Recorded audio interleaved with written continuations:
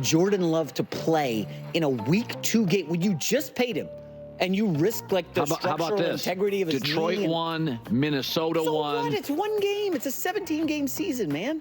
If you go 0-2. So what? The staff said this morning. There's like, you go 0-2, it goes down to like 8% to make the playoffs. Since 2019, 41 teams started 0-2. It's only 5 years. Okay, so 41 teams have started 0-2 in the last 5 years. How many made the playoffs? 2. So what? What do you mean?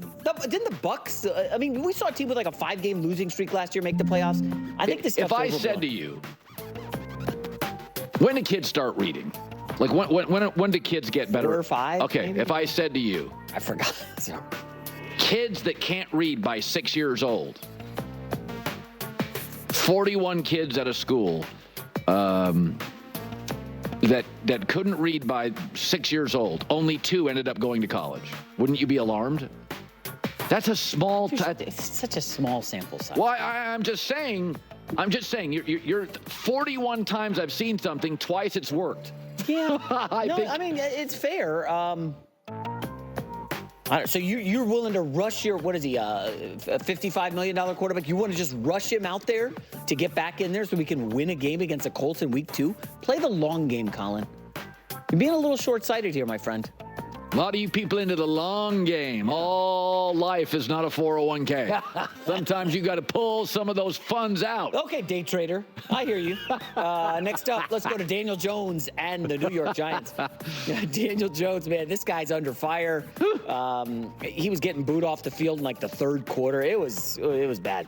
Yesterday, Jones took to the podium and said he understands fans are upset and frustrated with how the team has played, but he only cares about the organization's opinion.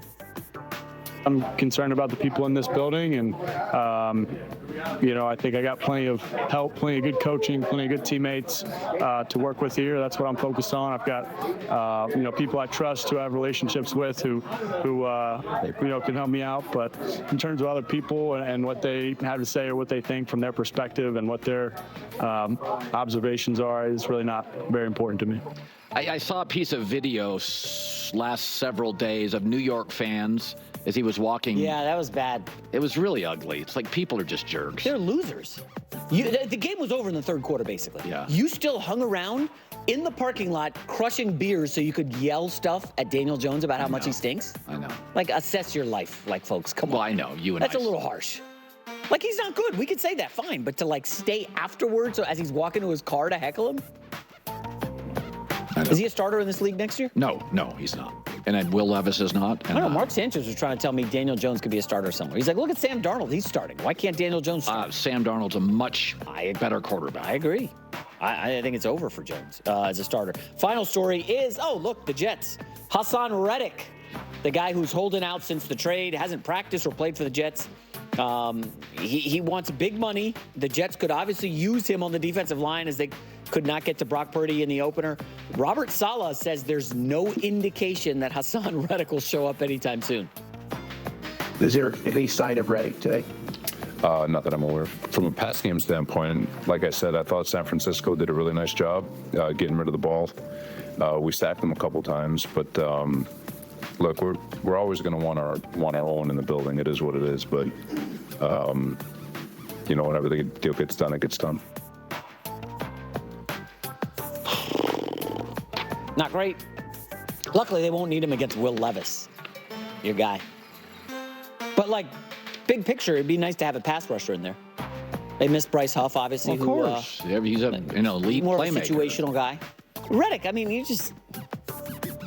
I don't know, Colin. Like, if you're the GM, it's not your money. It's the owner's money. Just pay the guy. Because guess what? If the Jets go 6-10 or 6-11, do you think they're out of jobs anyway? Do you think the Niners, Eagles, and Rams would pay Hassan Reddick? Yes. They're in different circumstances. That's Those teams are in the Super Bowl every other year. I mean, look at the Niners roster. They're paying everybody except Brock Purdy. People say, well, they're not paying Brock Purdy. They're paying everybody else. The Jets are not in that class. I'm sorry. They're more in the Cleveland Browns class. That's right. Where they're desperate and they need to do whatever. Hey, let's pay Deshaun Watson. Hope for the best. Let's pay Hassan Reddick. Because you know what? The GM and Saleh are going to be gone, fired. See ya if the season doesn't work out. So you minus 29 and 93 yards, and it's like, this guy's terrible. Yeah. Top of next hour, Greg Cosell, every Thursday. I've been using PayPal, like many of you, for a long, long time. Just started using PayPal debit card. Fast, can be used. Or could Jordan Love actually play? LaFleur has not ruled out Jordan Love for week 2 after that MCL sprain. You know, the Twitter doctors were saying it's a 3 to 6 week injury. No way. LaFleur has doubled down on not ruling out Love just yet. You left the door open for Jordan on Monday. Is that door any more or less open here today? I'd say it's pretty open. He's doing a nice job. He's spending a lot of time in the training room. Our guys have done a great job with him, Flea and Nate, and all our athletic trainers, our strength staff, and but at the same time, like I told you guys, he's got to be cleared. We got to feel like he can protect himself, and he's got to be confident enough to go out there and do that. Until that happens, then we're not even going to think about that. Boy, this feels like a stay-away game. Because even if he does play, J-Mac, he hasn't practiced. Yeah. And with the young receivers, timing's still a thing. Right? These aren't guys who have played together 9 years. He just started last year for the first time. These receivers are like not even halfway to their second contract. These are like kids. So it's like even if he plays, and I'm telling you, 2 teams lost last weekend that I think are really good. 3 teams, the Packers, the Colts, and the Rams. Those are good football teams. The Colts. I don't know if the Colts are that good. I fired on the Packers +3 last night. I'm sorry. I think it's going to be Malik Willis, yeah. They're going to show up. LaFleur will be ready. Here's my thing. Why would you... This is not good news. Bears, who were outplayed by Tennessee, but due to Will Levis, an egregious interception, the Bears beat Tennessee. They were outplayed. Totally outplayed. I watched every snap. Totally outplayed. That's bigger than you think, and I'll tell you why. So Rome Odunze and Keenan Allen didn't practice yesterday. Not great. Odunze has a sprained MCL. Not torn, sprained. So I'll say this again, and I said this, everybody is our witness. I think Bo Nix is going to have the best rookie season of all the quarterbacks. Why? Because Caleb has a defensive coach. Jaden Daniels has a defensive coach. Drake May has a defensive coach. J.J. McCarthy's not going to play. He's injured, rehabbing. And Michael Penix, if he does play, I think he will eventually, has a defensive coach. Bo Nix has an offensive coach and a brilliant one. And it matters for young quarterbacks in this league. Not worth doing a segment. You know it. I know it. We all know it. It mattered. Jared Goff, Jeff Fisher. Jared Goff, Sean McVay. It helped. Bo Nix is also arguably the most accurate of all these quarterbacks with a brilliant offensive coach. And Sean Payton has relayed to me, kid can read a defense. Cognitively, he can read a defense. So he's going to be the best, most productive rookie quarterback. Have no idea year 2, 3, 4, 5, 6, but this year. And I know it's only week 2. This is a little bit of a red flag out of Chicago. Caleb Williams has taken 77 total snaps. I am counting preseason when you face virtually no starters.